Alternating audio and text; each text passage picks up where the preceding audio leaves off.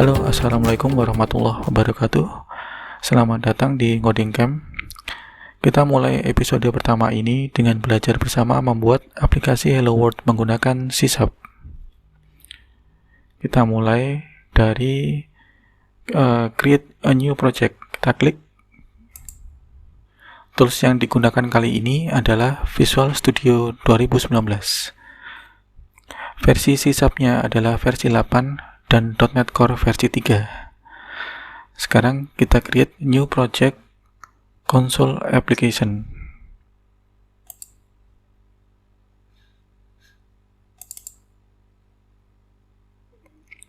Kita beri nama console app 1. Kita centang place solution and project in the same directory. Create. Oke, defaultnya ketika kita create new console project application, maka Visual Studio 2019 akan meng-create aplikasi Hello World ya. Nah, ini di View Solution Explorer kita akan dibuatkan satu CS file namanya program.cs.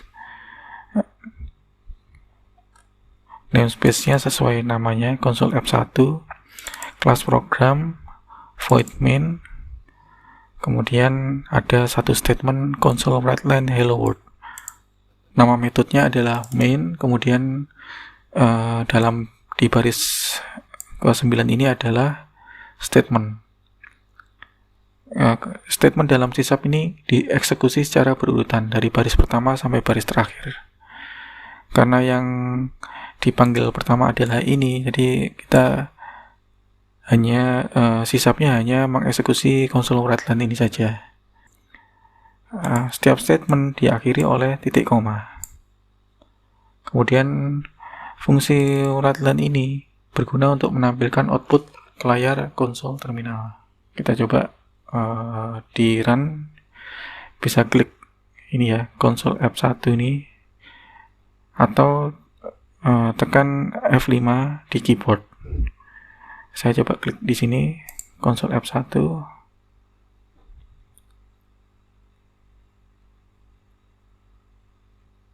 Ini ya sudah tampil Hello World sesuai yang ditulis di sini teksnya. Misalkan kita ganti ya, coba Hello World C#. Oke, ini sudah tampil Hello World C#.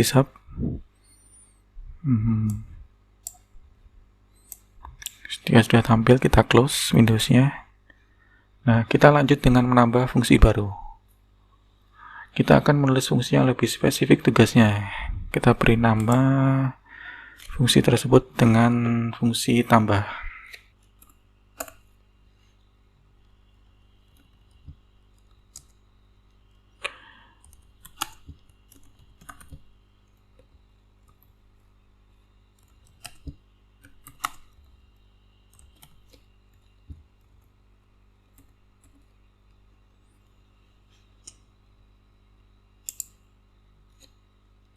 Dengan fungsi ini program kita jadi lebih sederhana ya, karena nanti kita hanya tinggal memanggil fungsi ini saja dari sini nanti. Fungsi tambah ini menerima inputan atau argumen X dan Y yang bertipe integer. Outputnya nanti akan bertipe integer atau disingkat int ya dalam C#. Fungsi ini nanti akan return value X plus Y.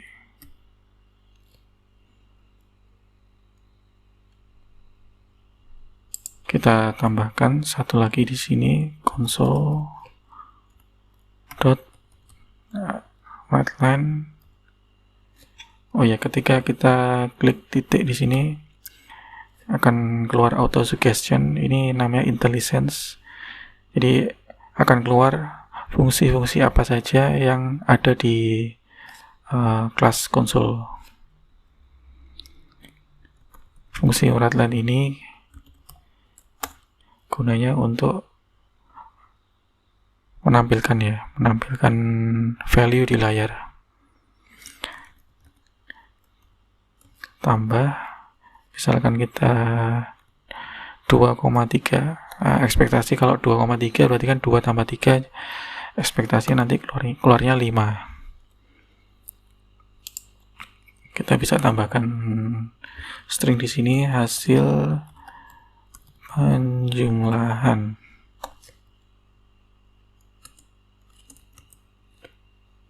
Nah, ini dikasih tambah. Oke, kita build. Hello world sisap, hasil penjumlahan 5. Mungkin kita mau bermain-main lagi, kita tambahkan misal 36. Ekspektasinya berarti kan nanti value-nya jadi 9.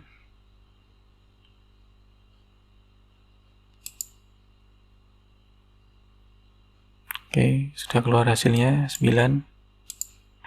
Dia akan mendeteksi error saat kita ngoding. Jadi misalkan kita inputannya kita kasih string gini, dia nggak akan mau.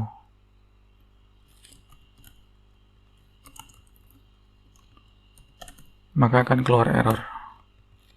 Nah, seperti ini. Cannot convert from string to int. Ini akan error ya karena dia integer.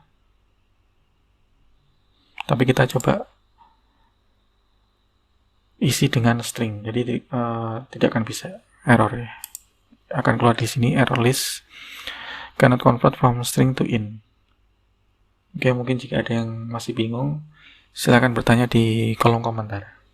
Kemudian mengenai main method ini ya, kita akan gali lebih dalam lagi. Main method ini dia kita deklarasikan void karena void ini tidak mengembalikan value. Kemudian semua program sisap membutuhkan metode bernama main sebagai entry point. Jadi kalau nggak ada ini, dia nggak akan mau jalan. Misalkan kita komen, nah ini dia nggak akan mau jalan. Pasti dia error. Program doesn't contain a static main method suitable for an entry point. Jadi dia Visual Studio ini atau program sisap ini butuh metode main. Itu jika aplikasi ya. Kalau sifatnya library tidak perlu main. Kemudian main method ini juga bisa dijadikan fungsi yang mengembalikan value bertipe integer. Selain void ya, void ini kan tidak mengembalikan value, dia juga bisa mengembalikan value. Kita jadikan fungsi static in main. Nah, ini ada error not all call path return of value. Jadi kalau kita void, kita jadikan fungsi yang mengembalikan integer, maka kita harus tambahkan return. Misalnya return 1. Nah, seperti ini. Kemudian main method ini juga menerima argumen ini ya, inputan argumen array of string. Argumen ini akan dipasang sebagai value ke dalam statement di dalam main method ini. Jadi misalkan ini kita coba tangkap value argumennya if args. Kita cek dulu ya, dia ada isinya apa enggak, karena array kan bisa saja kosong. Yuk, x yang lebih dari 0.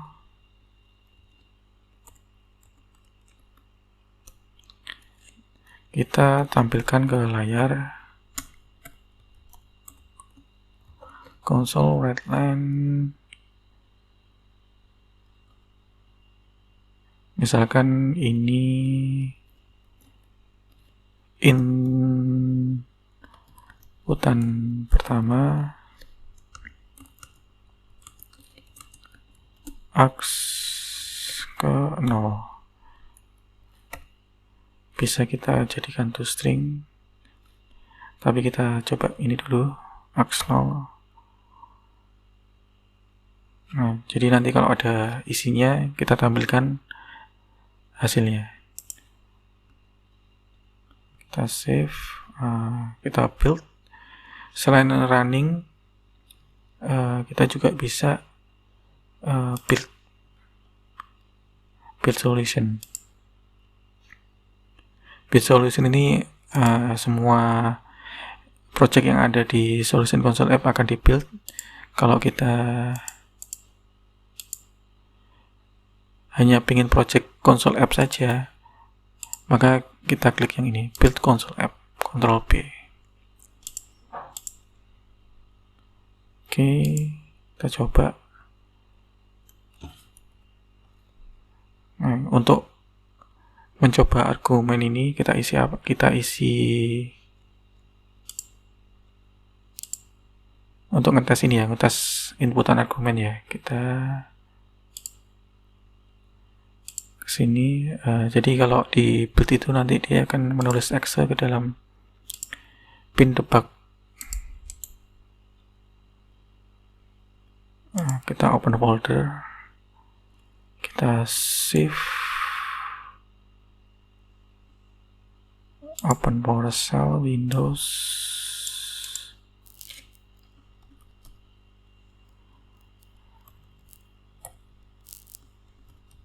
console f1.exe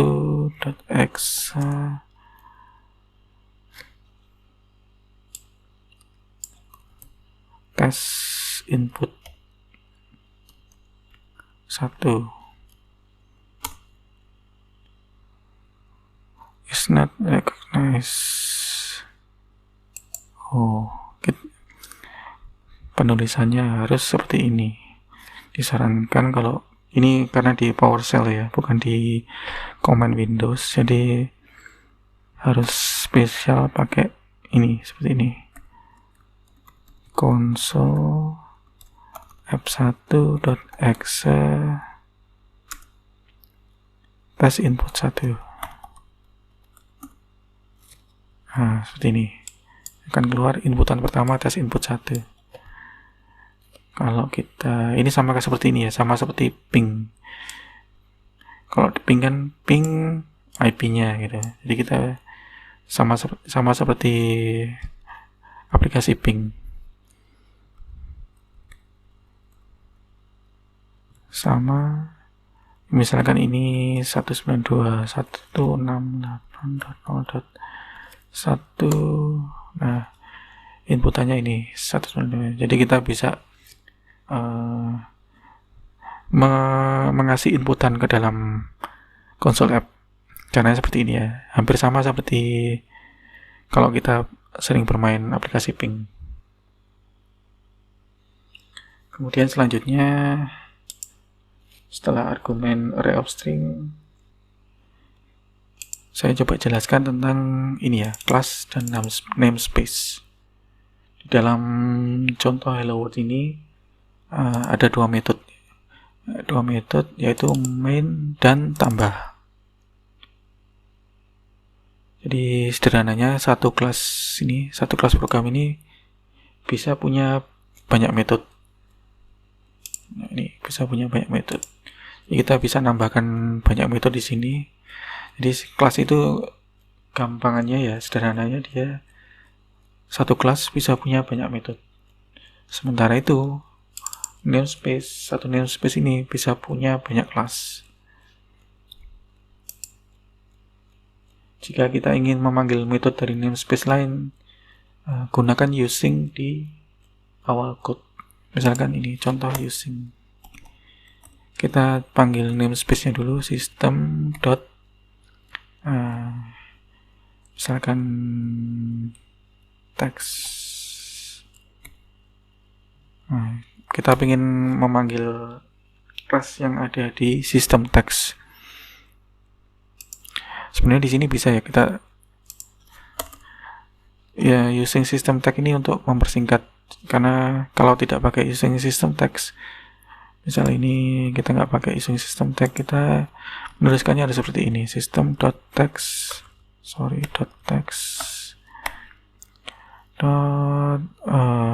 apa ya, misalkan trim string builder. Nah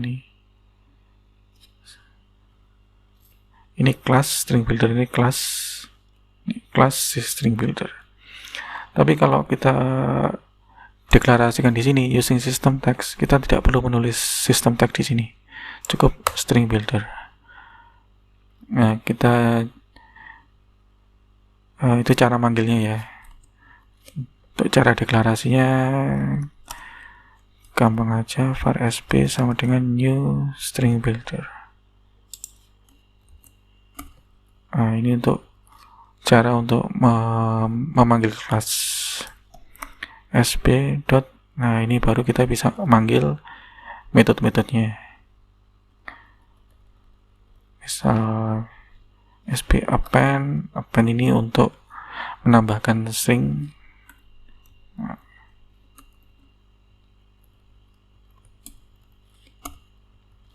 Nah, seperti ini. Ini cara untuk menambahkan namespace.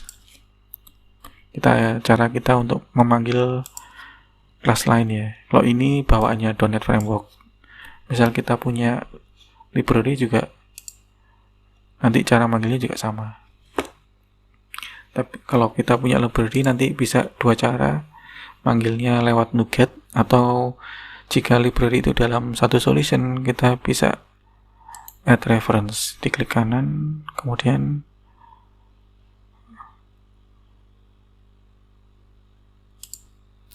di dependency, ini add project reference. Ini belum ada karena kita tidak menambahkan library di sini. Jadi seperti itu untuk memanggil kelas dari namespace yang lain. Kemudian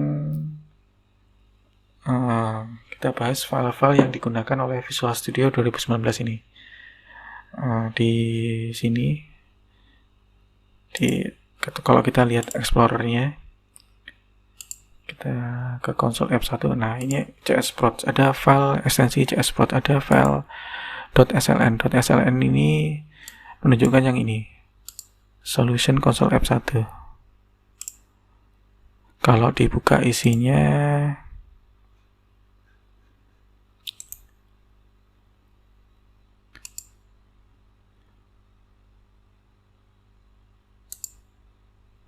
kita coba pakai notepad.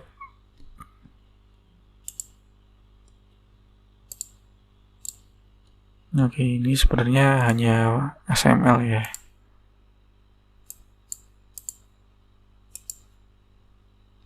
Nah, sorry, bukan XML tapi seperti ini.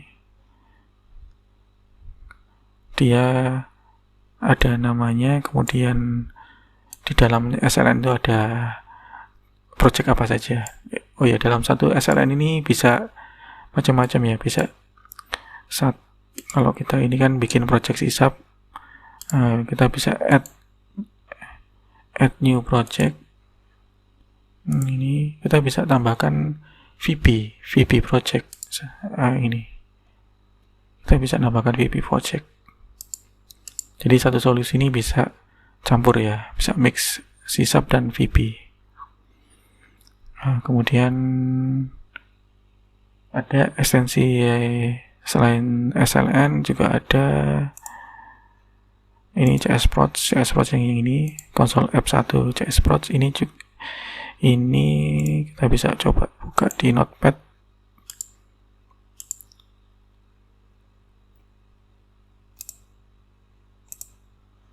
Nah, dia bentuknya XML seperti ini.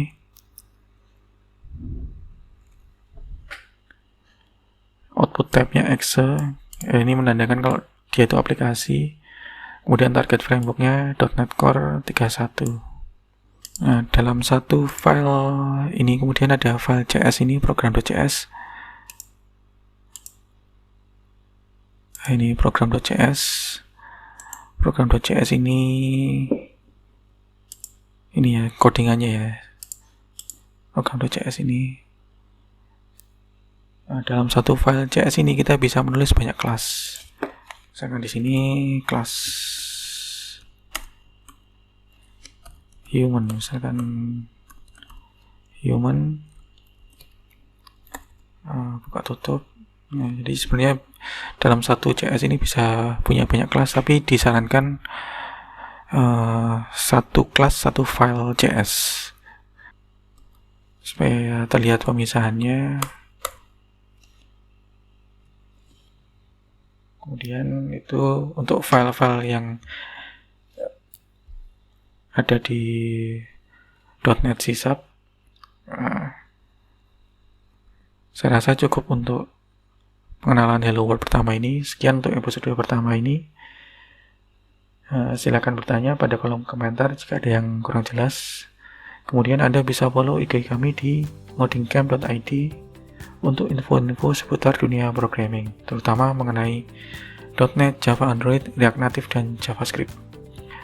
Untuk yang mau join private tutorial kami, bisa cek di ngodingcamp.dmc.zone. Oke, sekian. Wassalamualaikum warahmatullahi wabarakatuh.